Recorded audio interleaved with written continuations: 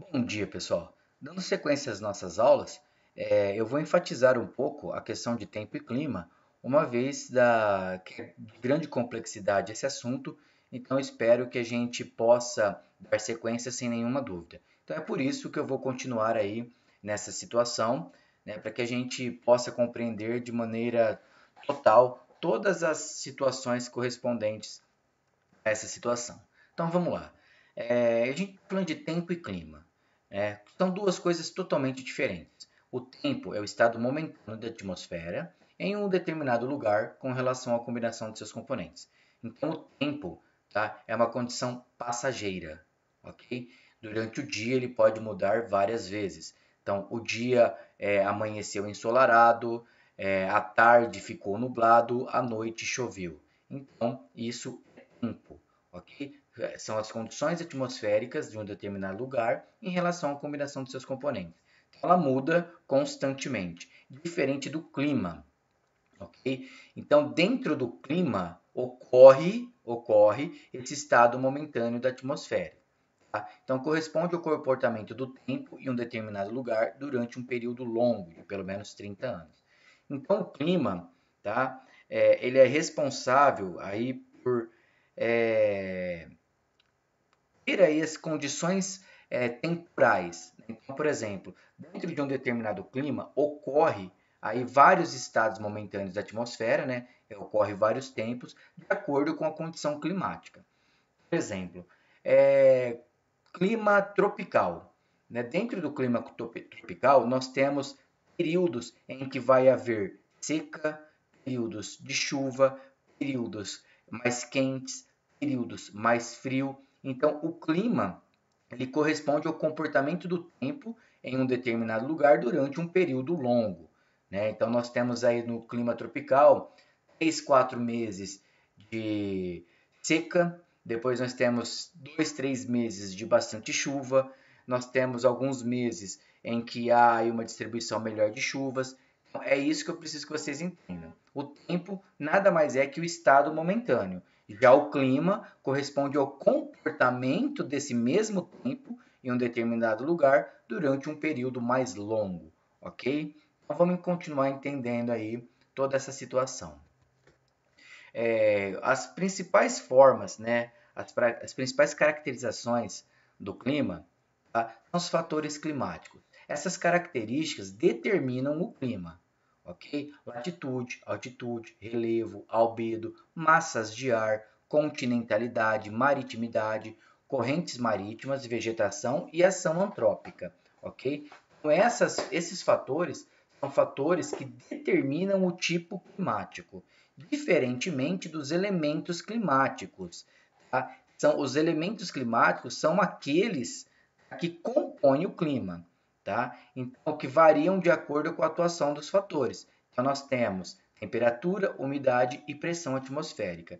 Então, a temperatura, a umidade e a pressão atmosférica são os três elementos que juntos formam o clima. E eles vão ser, ok, determinados por uma série de fatores, que são latitude, altitude, relevo, albedo, massas de ar, continentalidade, maritimidade, correntes marítimas, vegetação e ação antrópica. Eu preciso entender essa situação, ok? Que os elementos são as coisas que compõem o clima e os fatores que determinam o tipo climático, ok?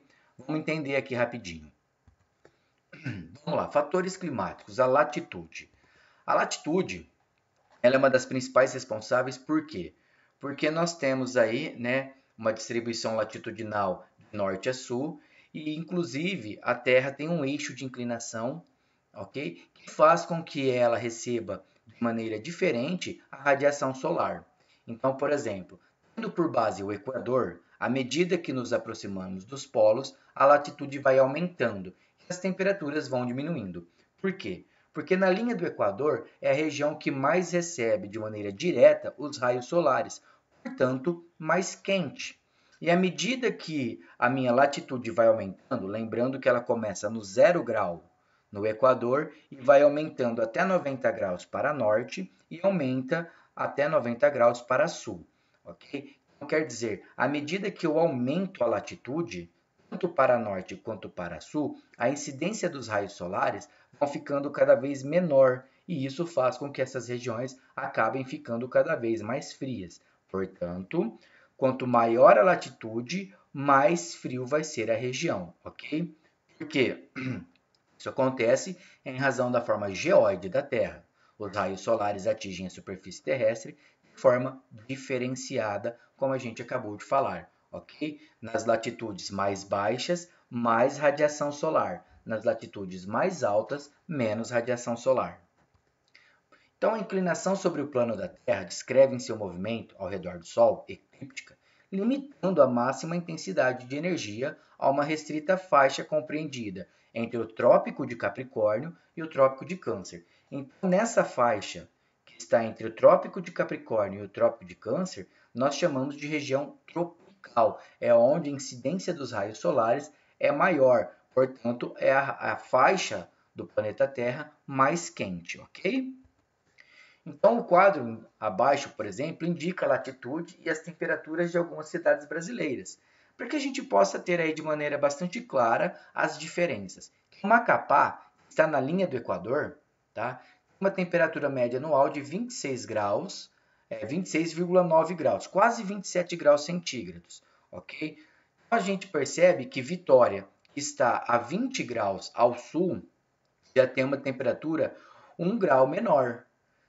Florianópolis, que está a 27 graus ao sul, já tem uma temperatura menor ainda. E Porto Alegre, com 30 graus ao sul, já é uma latitude média, tem uma temperatura anual de 20 graus. Então a gente percebe que do 0 para 30 graus, né, isso ao sul, nós temos uma diminuição de quase 7 graus centígrados, o que mostra aí a realidade com relação à incidência desses raios solares por conta dessa inclinação, ok? Bom, alguns climas do planeta estão diretamente influenciados pelo fator latitude, né, que são chamados macroclimas ou os grandes climas, né, que é a zona polar tanto norte quanto sul, a zona temperada norte, a zona temperada sul e a zona tropical. Nós temos esses três grandes climas, tá, que são determinados pelas latitudes. Inclusive, são as linhas, né, imaginárias, Círculo Polar Ártico, Trópico de Câncer, Equador, Trópico de Capricórnio e Círculo Polar Antártico, são quem determina, né, são os elementos que determinam aí essas zonas climáticas, polar, temperada e tropical. Então a gente vê aí ó, a temperatura do ar, né? Olha que interessante. A gente tem aqui, ó, né, temperaturas bastante baixas ao sul, temperaturas bastante baixas ao norte, e a faixa, olha, tropical, né, que fica no centro do planeta, temperaturas mais altas. Então isso é importante a gente lembrar. Isso tudo se deve por conta do eixo de inclinação, né, e da incidência dos raios solares. Altitude e relevo. Bom, altitude e relevo, vocês sabem, né, e nós já vimos anteriormente, que à medida que a gente vai ganhando altitude, né, a temperatura vai diminuindo. Por quê? Por conta da concentração de gases, ok? Então, quanto menor a concentração de gases, à medida que eu vou ganhando altitude, a minha temperatura vai diminuindo, porque esses gases acabam sendo pouco aquecidos pelos raios solares. Então, é por isso que lugares situados na zona intertropical da Terra, mas com altitudes superiores a 5.000 metros, permanecem cobertos de neve. Né? Lembra daquela imagem da aglomeração dos gases, das moléculas? À medida que eu vou ganhando altitude, essas moléculas vão ficando cada vez mais longe, portanto menos aquecidas, fazendo com que ocorra aí a famosa neve eterna nos picos acima de 5.000 metros. Então, em média, para cada 200 metros de altitude que se sobe, né, claro, a temperatura diminui aproximadamente 1 grau. Então, a gente vai ver aqui, ó, né, 22 graus ao nível do mar, que é 0 metro, né, que começa a contagem, e nós temos já a 1.200 metros uma temperatura aí de 16 graus. Quer dizer que a cada 200 metros que nós subimos, tá, a temperatura foi diminuindo 1 grau. Isso é muito importante porque compreender aí, né, a própria pressão atmosférica, ok? Quanto maior a pressão, mais tende a ser quente, quanto menor, mais frio.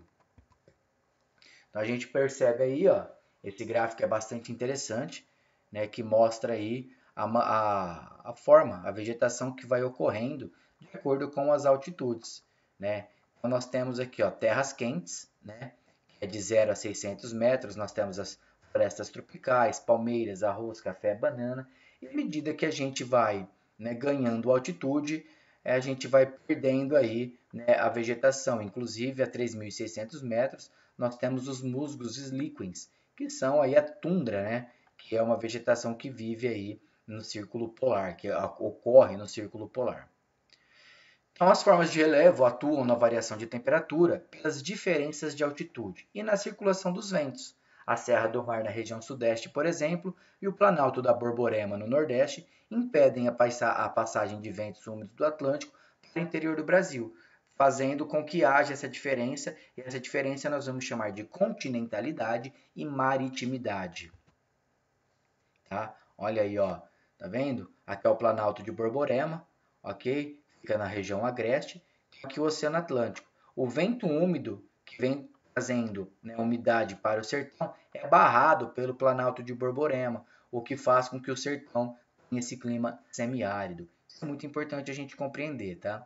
Inclusive aqui, né, a região litorânea, né, a gente percebe aqui, ó, né, esses relevos de maior altitude geralmente impedem a passagem da massa de ar úmida, fazendo com que a região interiorana seja mais seca do que a região litorânea, ok? Bom, a gente vai falar sobre as chuvas que se formam devido a essas situações, tá? Então essa é a chuva orográfica. As chuvas que se formam nas vertentes voltadas para o lado de onde vêm os ventos úmidos são chamadas de chuvas orográficas. Então, aqui carregam as nuvens, né, vinda dos oceanos, e como elas estão pesadas, elas não conseguem atravessar o relevo e acabam chovendo na sua encosta. Então, as chuvas orográficas também podem ser chamadas de chuva de relevo, tá? O que acontece? Chove aqui e o vento seco segue para o interior do continente, ok? O albedo. O albedo, como a gente viu, é a capacidade de reflexão de uma superfície, fazendo com que aquela superfície seja mais quente ou mais fria devido à sua capacidade de reflexão. Então, o albedo é o índice da reflexão da superfície e varia com sua cor. Os raios solares que penetram na atmosfera e são por elas refletidos, sem incidir na superfície, retornam ao espaço e não alteram a superfície do planeta, já que não há retenção de energia. Então, quer dizer, a neve, por ser branca, reflete até 90% dos raios solares incidentes, enquanto a floresta amazônica, por ser verde escuro, reflete apenas 15%. Esse é um dos fatores que mostram o porquê que a região, né, da floresta amazônica é tão quente, porque ela retém grande calor devido aí à sua cor, né, ser verde escuro, refletindo apenas 15%. Então, prestem muita atenção. Quanto menor o albedo, maior a absorção de raios solares. Quanto maior o aquecimento e a radiação de calor. Então, quer dizer, quanto menor o albedo, mais reflexivo é. Por exemplo, a roupa branca. A gente percebe que nos dias quentes, a roupa branca nos proporciona aí uma sensação melhor, enquanto as roupas mais escuras promovem um aquecimento do nosso corpo. Isso se deve ao albedo, ok? Então, quer dizer, quanto maior o albedo, certo? Mais quente. Quanto menor, maior a absorção, ok? Bom, outro fator muito importante são as massas de ar, ok? São grandes porções da atmosfera que possuem características comuns de temperatura, umidade e pressão e podem se estender por milhares de quilômetros. Então, essas grandes porções de gases na atmosfera, elas carregam, tá, as características do local onde elas se formaram. Então, elas podem ser quentes, úmidas, secas, polares. Dependendo do lugar, o local de sua formação, ela vai carregar essas características. E a a mudança delas, né?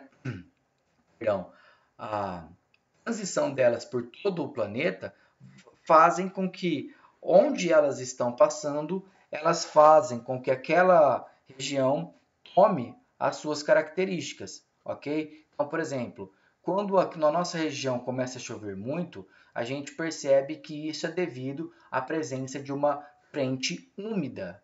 Tá? Quando está muito quente, uma frente de ar seco. Então, esse é muito importante. As massas de ar determinam, por exemplo, essa situação. Tá? Então, quer dizer, elas se formam quando o ar permanece estável por um tempo sobre uma superfície homogênea, como os oceanos, as florestas e as calotas polares, ok? E vão, né, percorrendo aí várias regiões e fazendo com que essas regiões, né, sofram as consequências das suas características, sejam elas quentes, úmidas, polares ou qualquer outra. Tá? Então a gente percebe que aqui no Brasil, ó, tá? Então a equatorial atlântica, então, ó, de acordo com essas massas de ar, né, que ocorrem em determinados períodos, o clima, né, essas situações são responsáveis por determinados tipos climáticos. Então a gente percebe que as massas de ar são grandes influenciadoras do tipo climático. E por último, continentalidade e maritimidade. Ok? O efeito da continentalidade se manifesta no clima, especialmente na temperatura e na umidade relativa do ar. Então, na ausência dos efeitos amenizadores dos oceanos sobre as temperaturas, o aquecimento e o resfriamento das superfícies continentais ocorre de forma mais rápida e com menor participação da umidade do ar, de modo que, além de serem mais secos, tais locais apresentam amplitudes térmicas diárias acentuadas. Ok? Então a gente percebe, como a gente viu naquela imagem anterior, que as grandes massas de ar úmida se formam ali na região, né, litorânea, mas infelizmente elas não conseguem ultrapassar a barreira de relevo.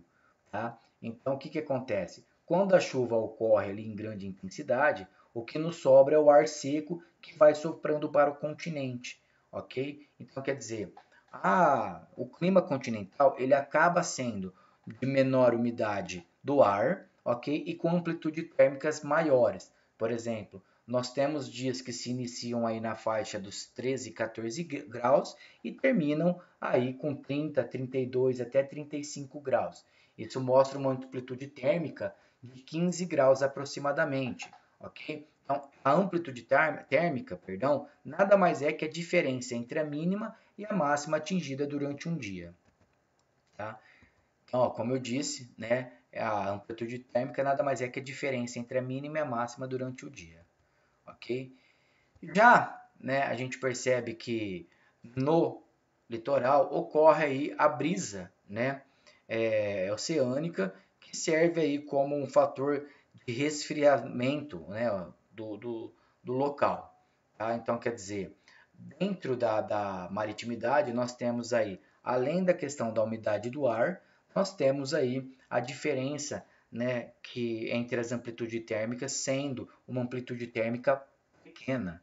Tá? A diferença entre a mínima e a máxima durante o dia nunca é grande.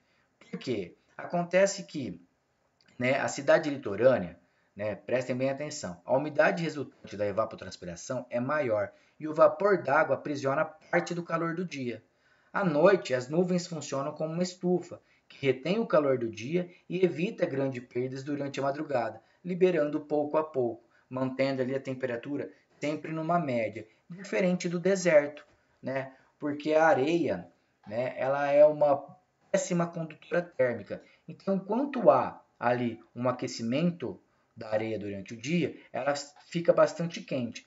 À medida que ela perde, né, a radiação solar, ela se esfria rapidamente e faz com que o deserto seja bastante frio à noite. Isso é bastante interessante.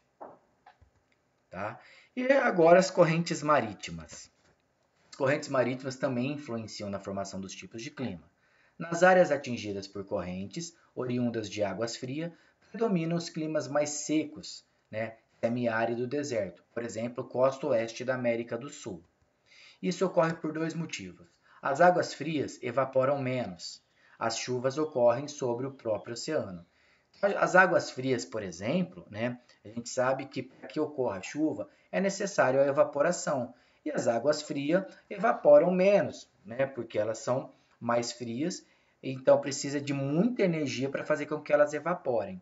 ok? Então isso faz com que as regiões onde ocorrem aí as correntes marítimas frias seja de climas mais desérticos, né? Já as correntes oriundas de água quente contribuem para aumentar a umidade, se originam nas regiões intertropicais e se deslocam para as latitudes maiores, como a corrente do Brasil, né? Então a gente percebe, ó, as correntes aqui em vermelhinho são as quentes, né? E as azuisinhas são as frias. E isso também mantém, né? É muito importante para manter aí um equilíbrio térmico, tá? A vegetação, que é um fator climático porque absorve e irradia parte da radiação solar, então o albedo será maior em áreas com maior vegetação, né? Então, como eu disse, quanto maior o albedo, maior a retenção de calor, ok? Então, nas áreas cobertas por vegetação, provavelmente vai ser muito mais quente do que as áreas, né, de neve, por exemplo, que tem um albedo bem pequeno, né, reflete bastante, né, cerca de 95% dos raios solares. Então, quer dizer, o albedo será maior em áreas com vegetação esparsa ou desmatada, em menor áreas com coberturas vegetais mais densas, ok? Então, quer dizer, quanto maior a minha capacidade de reflexão, maior, né, ou melhor, perdão, quanto maior a minha capacidade de reflexão, maior será o meu albedo. Quanto menor meu albedo, tá, será aí mais frio. Então, quer dizer, o albedo, prestem muita atenção, será maior em áreas com vegetação esparsa ou desmatada. Por quê? Porque esses raios solares serão, né, refletidos. E menor em áreas com coberturas vegetais mais densas. Por quê? Ele vai ser menor porque ele vai absorver mais os raios solares, fazendo com que aquela região seja mais quente, ok?